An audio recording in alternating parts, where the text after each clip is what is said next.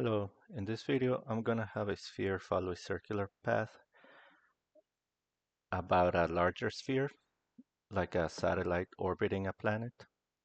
So the first thing I need to do is add a curve, a circular curve.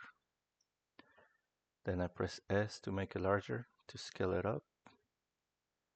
Now I need to add a plane axis. For that, I have to do Shift A again. Then I go to Empty, Plane Axis. Now here on the right, I need to go to Object Constraint Properties. Hit the drop down, then select Follow Path. Now I need to use this eyedropper to select the circle. And when I select it, that's going to snap the axis to the circle. Now I need to add my sphere, but before I do that, I need to move the cursor to the axis. So I need to do Shift S and then do cursor to select it. Now I can do Shift A, Mesh, UV Sphere. Press S to make it smaller.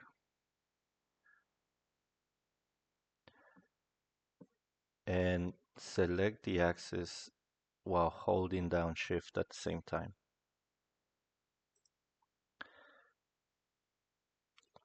Control P to pair them. Select Object. Now go to Offset and hit the Animate property on the right. And also hit Animate Path.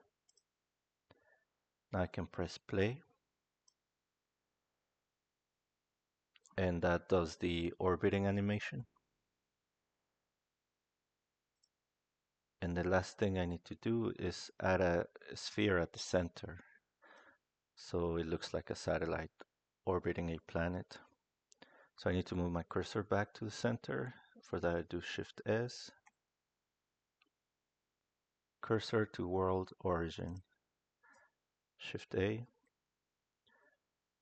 mesh UV sphere. And I can hit play again. And there you have it. This is the animation of a satellite orbiting a sphere, a larger sphere. Thank you.